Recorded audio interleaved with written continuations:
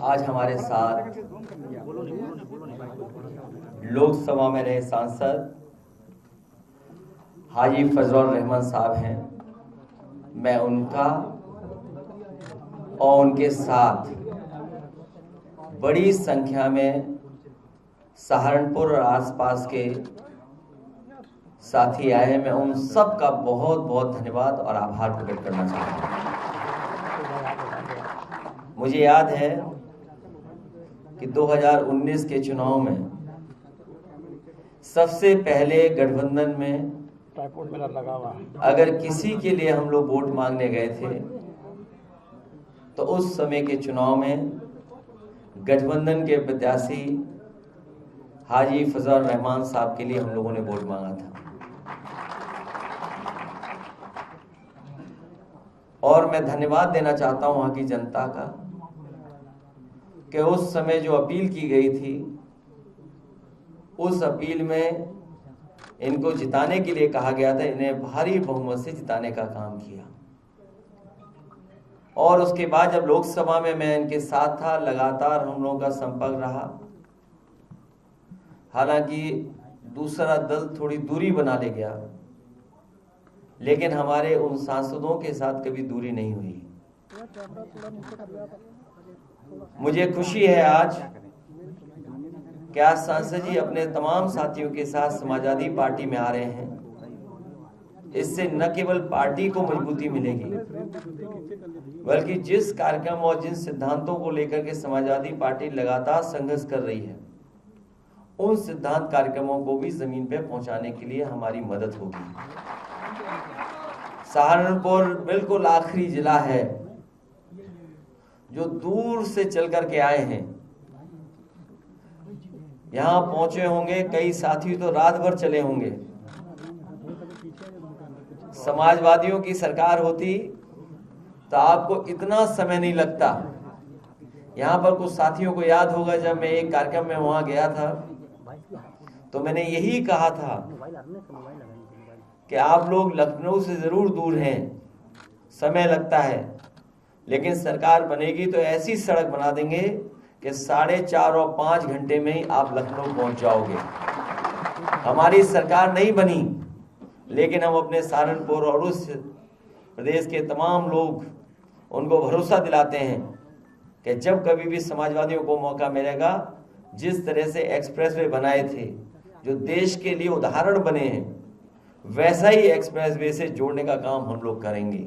इस मौके पर जहां आशू मलिक विधायक, नासिर विधायक, हमारे उमर अली विधायक जी, पूर्व विधायक माविया अली और सांसद जी के साथ जो कई साथी पूर्व विधायक या पूर्व लोग जुड़ रहे हैं, मैं उन लोगों का भी स्वागत करता हूं।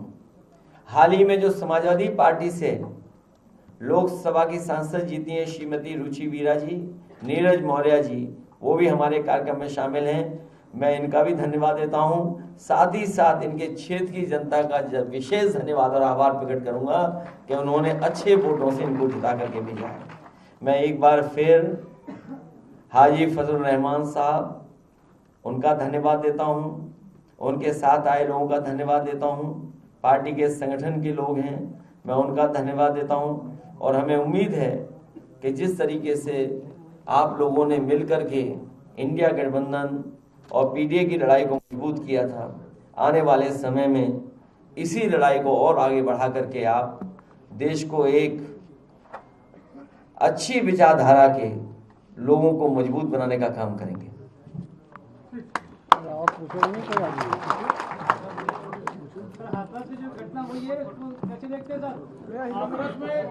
बाबा के ऊपर मुकदमा नहीं लिखा गया।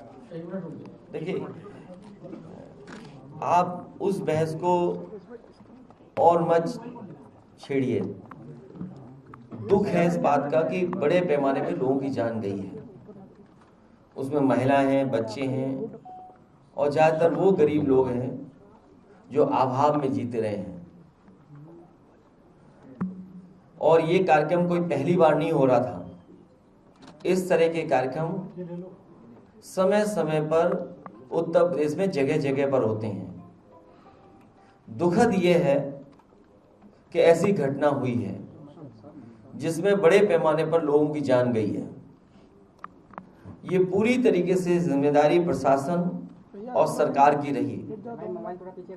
प्रशासन की जानकारी में या उनको जानकारी में ये आना चाहिए था, और पूरे उत्तर प्रदेश के लोग जानते हैं जब कभी भी इस तरह के आयोजन होते हैं, जितने बुलाए जाते हैं उससे ज़्यादा भी लोग पहुंचते हैं। कई बार आयोजक और कार्यक्रम करने वाले की जानकारी में नहीं होता है कि कितने लोग शामिल हो जाएंगे। कम से कम ये जिम्मेदारी प्रशासन को लेनी चाहिए, और प्रशासन को हमेशा इस बात के लिए काम करना चाहिए कि जो कार्यक्रम है वो अच्छी तरह संपन्न हो जाए, सुरक्षित लोग आए और सुरक्षित लोग चले जाएं। हमें उम्मीद है आने वाले समय में सरकार इस बात का ध्यान रखेगी और प्रशासन भी इस बात का ध्यान रखेगी। जिन लोगों की जान गई है वो लौटाई तो नहीं जा सकती हैं, लेकिन सरकार उन परिवारों की मदद करे जो घायल हैं, जो पीड़ित हैं, उनके इलाज का इंतजाम करें। और किसी पे आरोप लगाने से कोई लाभ नहीं मिलेगा। कल जब मैं लोकसभा में था तो आपके कई साथियों ने सवाल किया था, और उन्होंने ये भी कहा कि जिस तरीके से सोशल मीडिया पर भारतीय जनता पार्टी के लोग कुछ तस्वीरें चलवा रहे हैं, भारतीय जनता पार्टी का ये काम बहुत पुराना है। अभी कम हारे हैं, अगली बार पूरी तरीके से हार जाएंगे, तभी सुधरेंगे। अध्यक्ष जी, हाथरस की जिस तरह से तस्वीरें सामने आई, उसको हॉस्पिटल में एडमिट कराया जाता तो लोगों की जान बच सकती है। जब कभी भीड़ इकट्ठी हो जाए, सरकार के अधिकारी और प्रशासन के लोग समय समय पर तैयारी करते हैं कि क्राउड कैसे मैनेज किया जाए, क्राउड मैनेजमेंट कैसे किया जाए। इमरजेंसी हो तो क्या क्या जरूरतें पड़ती हैं जिनकी पूरी की जाए जरूरतों को। ये आज जो आप बात कह रहे हो, स्वास्थ्य सेवाएं पूरी तरीके से उत्तर प्रदेश की खराब हो चुकी हैं। ये पहली घटना नहीं है। समाजवादी पार्टी लगातार इस बात को उठाती रही है कि उत्तर प्रदेश की स्वास्थ्य सेवाएं बिल्कुल खत्म कर दी हैं। जो लोग ये दावा करते थे कि नए नए मेडिकल कॉलेज बनाए हैं, जो मेडिकल कॉलेज चल रहे थे और जो समाजवादी सरकार में शुरू भी हुए थे, उनको भी अगर किसी ने बर्बाद किया तो वो भारतीय जनता पार्टी की सरकार है। हालांकि विषय नहीं है, लेकिन मुझे याद है सहारनपुर का मेडिकल कॉलेज जो उस समय की पिछली सरकार ने काम शुरू किया था, उसको पूरा करने का काम अगर किसी ने किया था, शुरू करने का काम किसी ने किया था, तो नेताजी और समाजवादी पार्टी ने। लेकिन आज पता करो सहारनपुर के मेडिकल कॉलेज का हाल क्या है, या उत्तर प्रदेश के अन्य मेडिकल कॉलेजों का क्या हाल है। एक भी जिला अस्पताल इस सरकार ने नहीं ऐसा बनाया है जिसमें गरीब का इलाज हो सके। और ऐसे समय पर जब इमरजेंसी हो, उस समय तो किसी को इलाज मिलता ही नहीं है, और इलाज ना मिलने की वजह से भी बहुत सारे लोगों की जान चली गई। जब स्वास्थ्य विभाग के मंत्री अपना पॉलिटिकल स्वास्थ्य कैसे बेहतर उसमें लगे रहेंगे तो विभाग को कौन देखेगा। वो अपना पॉलिटिकल स्वास्थ्य बेहतर करना चाहते हैं, वो पता नहीं कौन सी पॉलिटिकल विटामिन चाहते हैं, उसी के बाद वो स्वास्थ्य विभाग ठीक होगा। या पता नहीं मुख्यमंत्री जी क्या उसमें से विभाग में से कमी कर दे रहे हैं जिसकी वजह से विभाग ही ठीक नहीं चल रहा।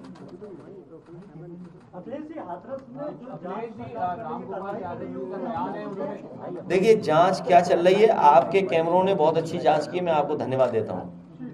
जो आपके कैमरों से तस्वीरें आई हैं, अगर उसी पे सरकार कुछ निर्णय ले ले, सरकार तो हर बात छिपाना चाहती है, आपसे बेहतर कौन जानेगा।